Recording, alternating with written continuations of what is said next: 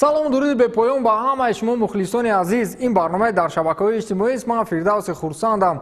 Луи ван Гал гуфтааст ки Месси ва Неймар бозингарони хубанд, аммо ман бозии даставиро бештар дӯст медорам. ин гапи Ван Гал чӣ маъно дорад?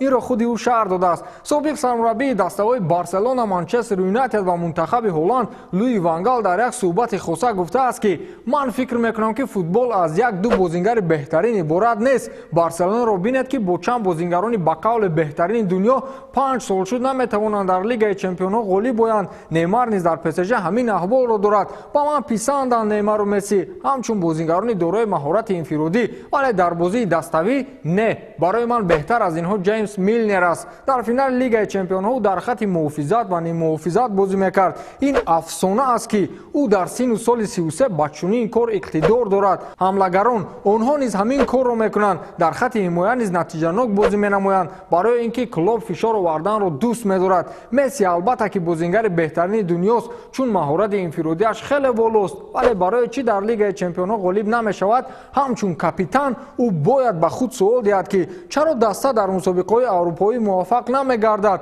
мумкин нест ҳамаи гуноҳро ба сари Каутиньо, Алба ва Тер Штеген бор кард. Месси низ уҳдадор аст дар баробари сармураббӣ, гуфтааст Луи ван Гал. шояд ӯ дар ин бора ҳақ бошад, чун Месси маоши аз ҳама баландро миёни футболбозон мегирад. дигар бозингарони Барса низ ҳамин хел, вале натиҷа 5 сол шуд як хел аст.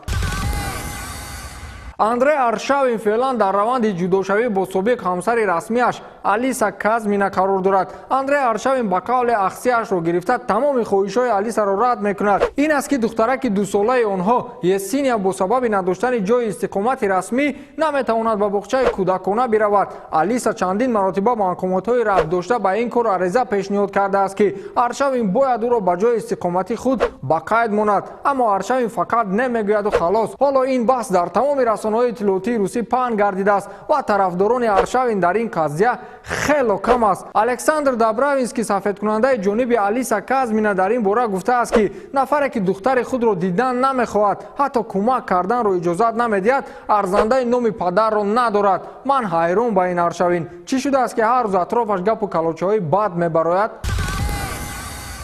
як хабар аз бозори трансфер. Квинси Промес бо Аякси Амстердам гузашт. шумо ин бозингарро ёд доред ки чӣ хел дар ҳайати дастаи Спартаки Москва хати дифои рақибонро рахна мекард. соли 2016 дар аввалин чемпионшавии Спартак дар премияраи Русия баъд аз 16 сол Квинси Промес ҳамлагари ин даста буд. баъдан ба Севилия гузашт ва инак ба маблағи қариб 16 миллион евро ба Аякс рафт. медонед барои чӣ ба Аякс рафт? чун ӯ тарбиятдидаи ҳамин бошгоҳ аст ва замоне барои саркашӣ кардан аз суханони сармураббӣ аз ин даста ронда шуд.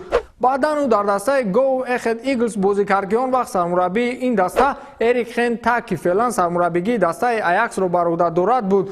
акнун Промес рақами 11-ро соҳиб шуд ва дар ҳайати Аякси бузург фаъолият мебарад. Денис Глушаков, аллакай собиқ капитан ва бозингари дастаи Спартаки Москва, чанд рӯз пеш тарки даста карда буд ва барои мухлисонаш як наворе ба сифати хайрбод гузошт ки хеле дарднок буд.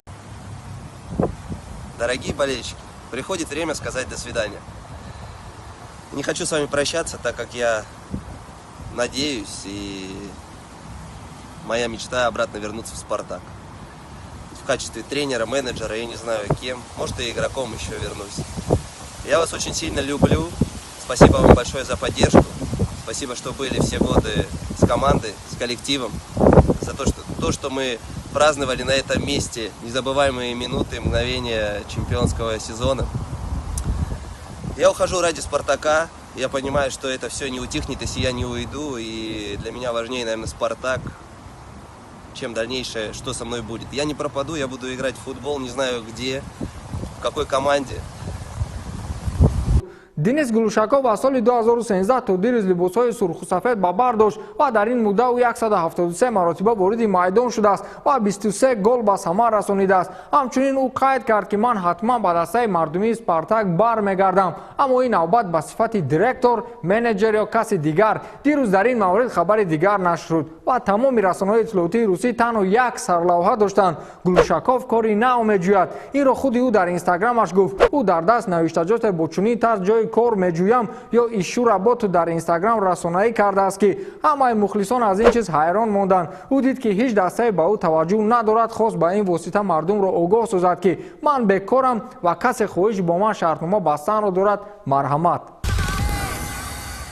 ماتس خوملز به دسته سابقش برگشت. خوملز که تربیت‌دیده دسته باواریا بود، از سال 2009 تا سال 2016 در دسته بروسیا دورتموند فعالیت برده است. در این فرصت و فاصله دسته دورتموندی 2 مرتبه در چمپیونات آلمان غالب آمده است. خوملز سال 2016 با مبلغ 35 میلیون یورو به باواریا آمد و به خزینه دستاوردهایش 3 غالبیت دیگر را در بوندسلیگا وارد نمود. خوملز 30 ساله اکنون بازیگر بروسیا دورتموند است. با فکر من او دیگر با سوپر ستاره دسته باواریا رابرت لواندوفسکی یا به اصطلاح بعضی‌ها لوانگولسکی راست نآمد. از این خاطر برگشت به آن جایی که بود.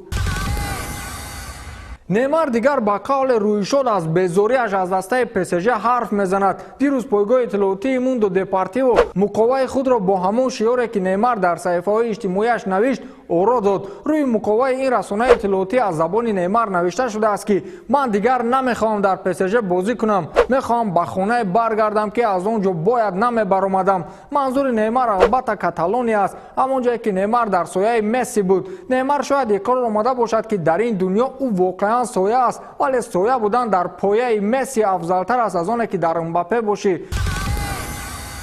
پول پوگبا خواستار در هیئت یوونتوس بودن را دارد. هرچند زمان در آنجا بود منم باور نداشتم که کدام روز او حتما به یوونتوس برمیگردد. دیروز رسانه‌های اطلاعاتی گفتند که پول پوگبا خودش به ماوریسیو ساری زنگ زده گفته است که مرا خریداری نمایند. پول پوگبا میخواهد هیئت دیوهای سرخ را ترک نماید و همراه با کریستیانو رونالدو در یوونتوس باشد. با همین تمام تا برنامه دیگر خیر.